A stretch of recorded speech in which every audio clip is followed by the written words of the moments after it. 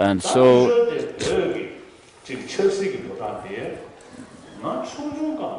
on the other hand, regarding Tibetan politics, when I was little, we had a regent who had the authority over the Tibetan governance, and then because of not being honest with the common people, at that time Tata Rinpoche was the regent, and at that time the one subject from the Pala estate, one of the aristocrats, Pala,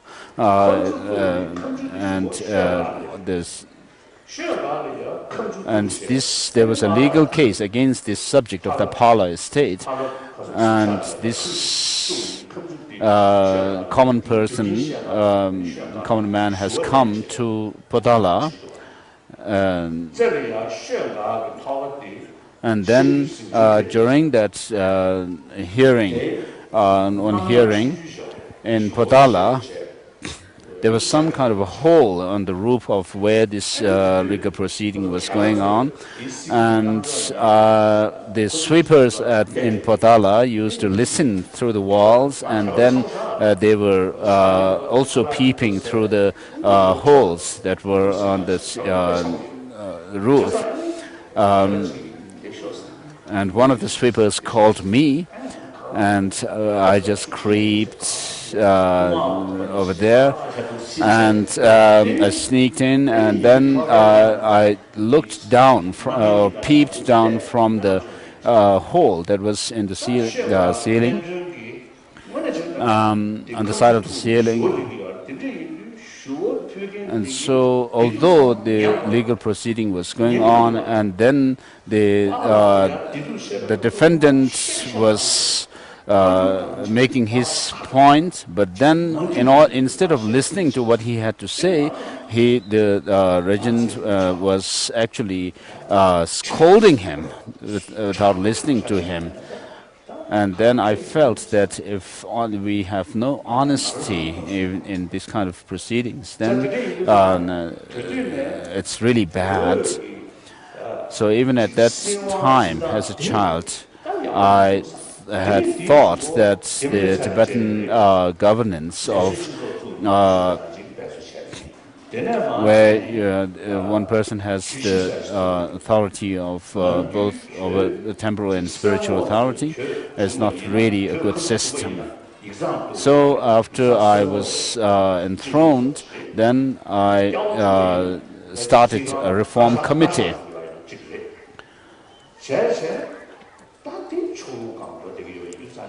And so because the previous system was rather biased, I started a petition department, a separate department for petitioning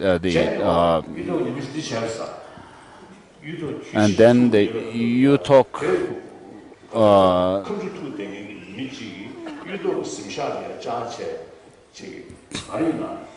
UTOC was overseeing that proceeding. And one time, one of the defendants went to the residence of UTOC, and after taking the bribe from this defendant, then UTOC called this person in the proceeding room and called him in and said, yesterday you came to me with your bribe, and UTOC said to him that this case cannot be decided just because you bribed me. I have to see who has the truth, and I cannot decide your case on the basis of this bribe, and so take this back. And so this made some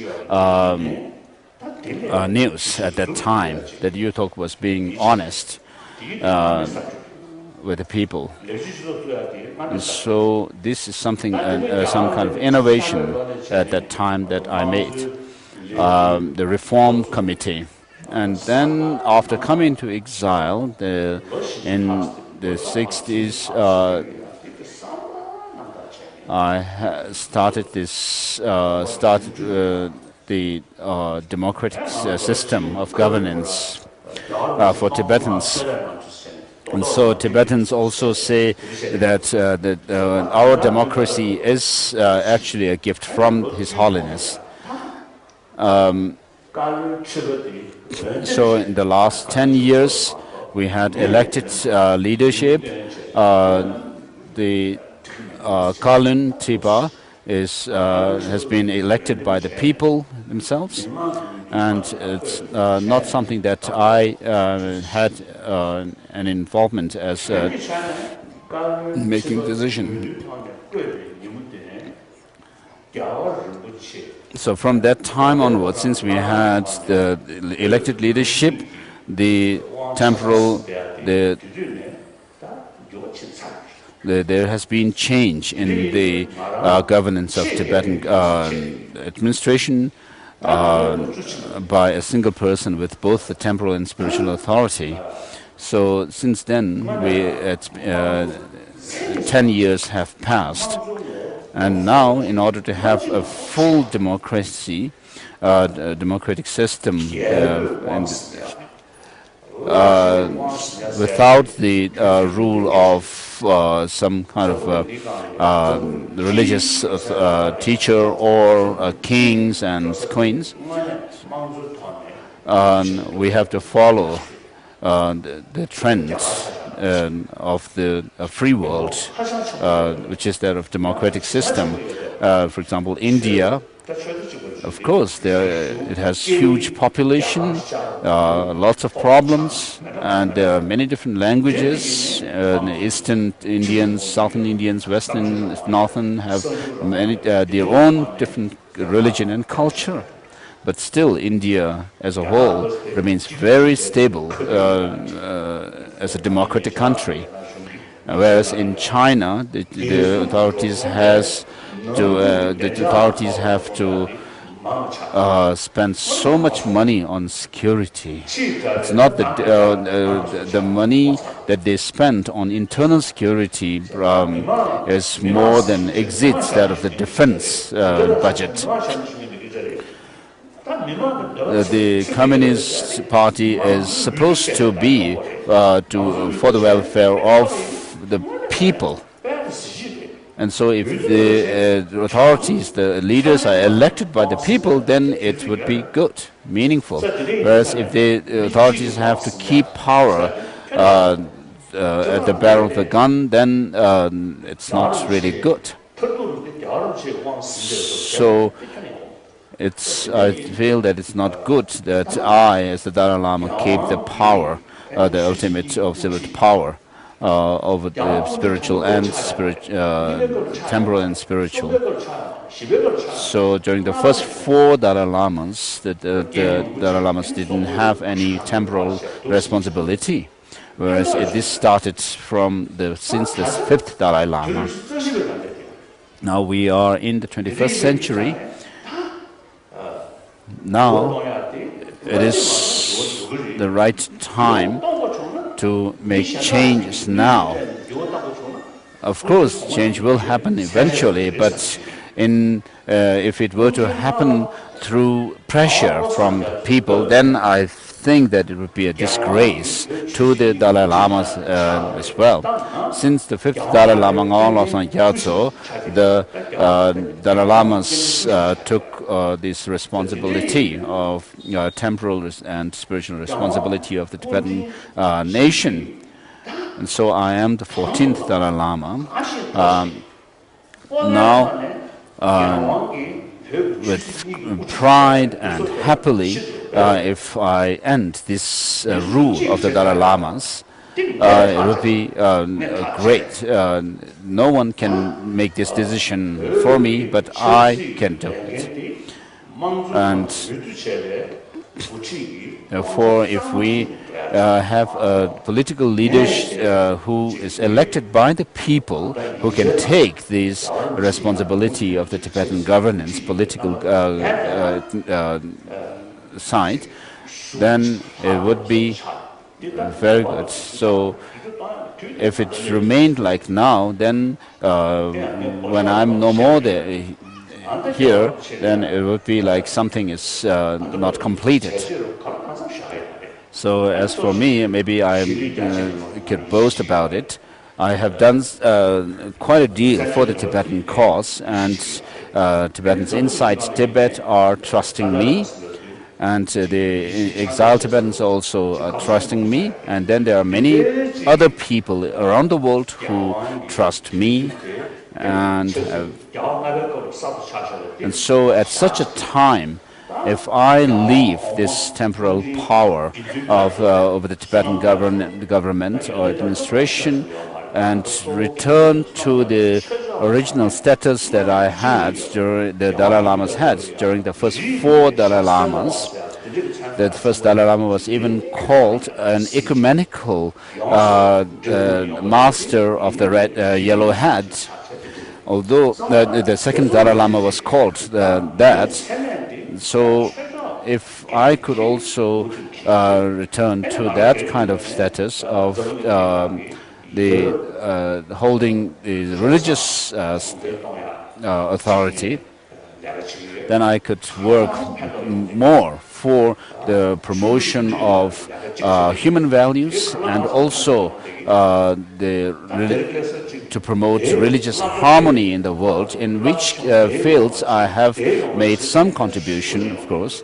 And so I get many invitations from different people in different societies, universities, and so forth. They're not asking me to come to teach Buddhism as such, but how to promote these values, human values of compassion and so forth. So people are happy to listen to me, the Dalai Lama. So when I am in such a position, in such a scenario, when I can end this rule of the political rule or authority of the Dalai Lama, it would be a great, a graceful one.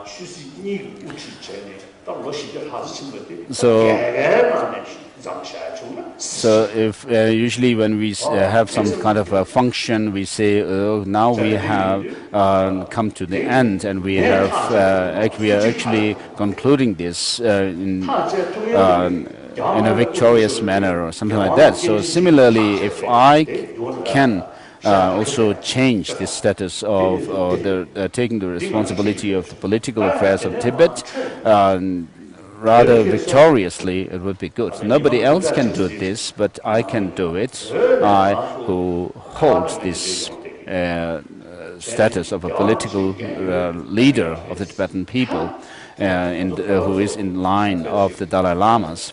So I also get calls from Tibet saying that the people have heard that I'm going to leave the political power and authority, and therefore people are rather worried that they would be left without anyone to look for. So they don't have to worry. So the Garden Potang was started during the second Dalai Lama, Gendun Gyatso, during which he didn't have any kind of temporal or political authority. So I am also thinking that if I could live as a religious leader, perhaps I may not be a disgrace to people. And if people could also agree, then I could return to that kind of status.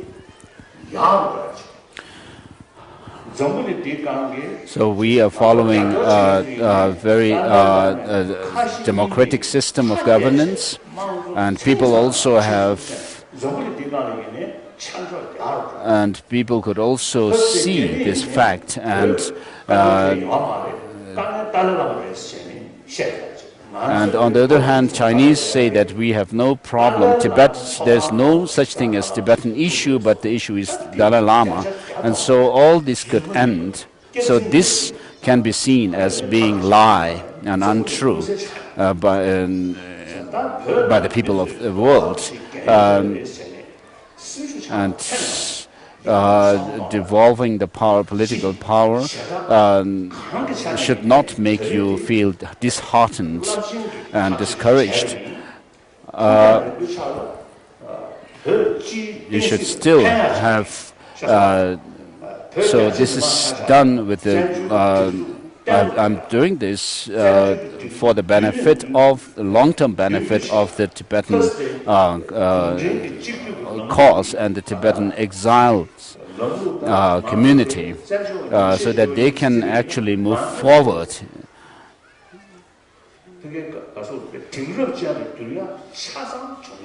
So we have actually become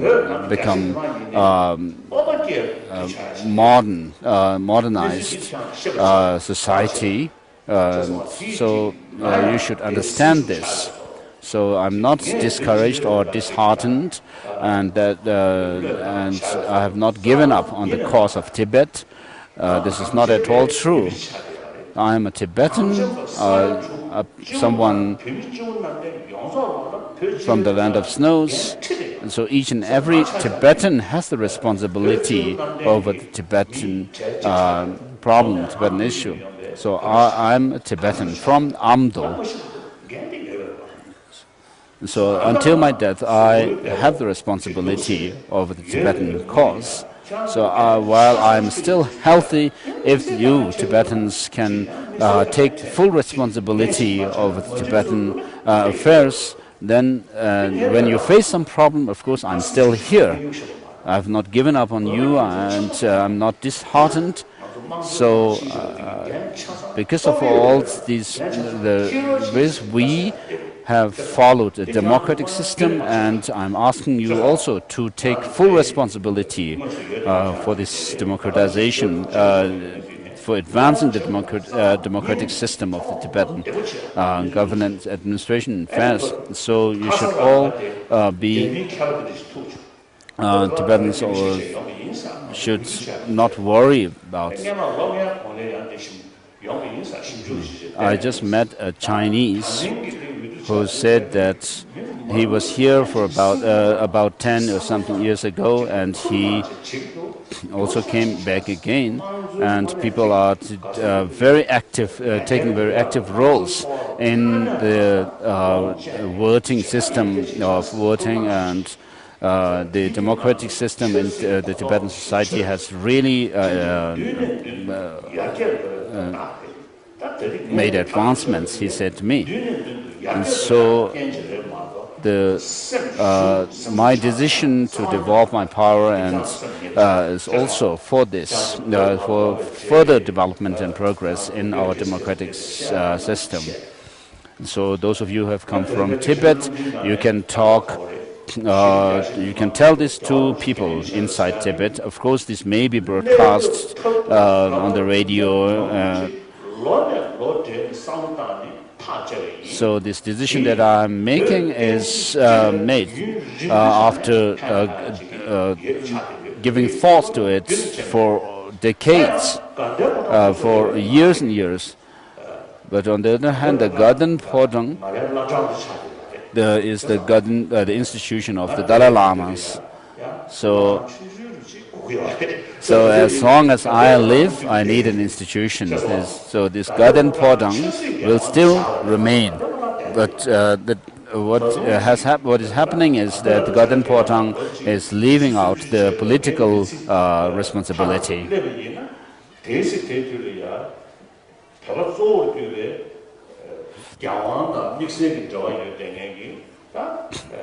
And then for Tibetans, regarding the future incarnations, the next Dalai Lamas, 15, 16, 17, and so forth, will come if the Tibetans, mainly the Tibetans, and also the Trans-Himalayan regions and other people who follow Tibetan Buddhism wants the Dalai Lama to continue, their incarnation to continue. So the Garden Potang will still remain intact. And so in the long, if you think about it, in the long term, then this change, that the decision I am making is has great benefits in the long run for the Tibetan. So what I'm asking to make changes in the charter of the Tibetan exiles is regarding the Gaden Potang is to make changes to the effect that the Gaden Potang is no more the government of Tibet, but Gaden Potang is just the individual, the institution of the Dalai Lamas, but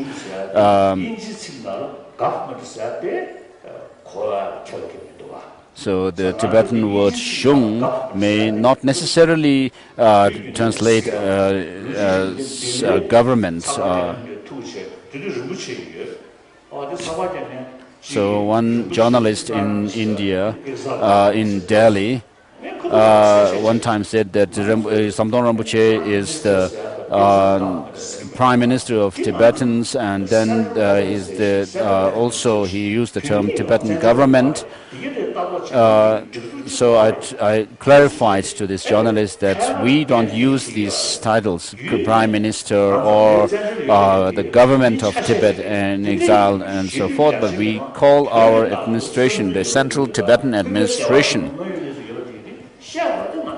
So because we need to know the situation of Tibetans in exile, we need to help the Tibetans in exile, we need some organization, but we don't call this administration a government of exiled Tibetan government as such. So the change that I'm asking is to call the organization that looks after the Tibetans as the Central Tibetan Administration and not the Tibetan government in exile as such, and not the Gaden Potang. So we are following a democratic system where people elect their leaders, and if this could also be emulated in Tibet, inside Tibet, whatever the case may be in the rest of China, if we could have this kind of system in Tibet itself, then we would be very helpful, good. So you should not worry about my devolving the responsibility, the political responsibility. This is what I wish to explain to you.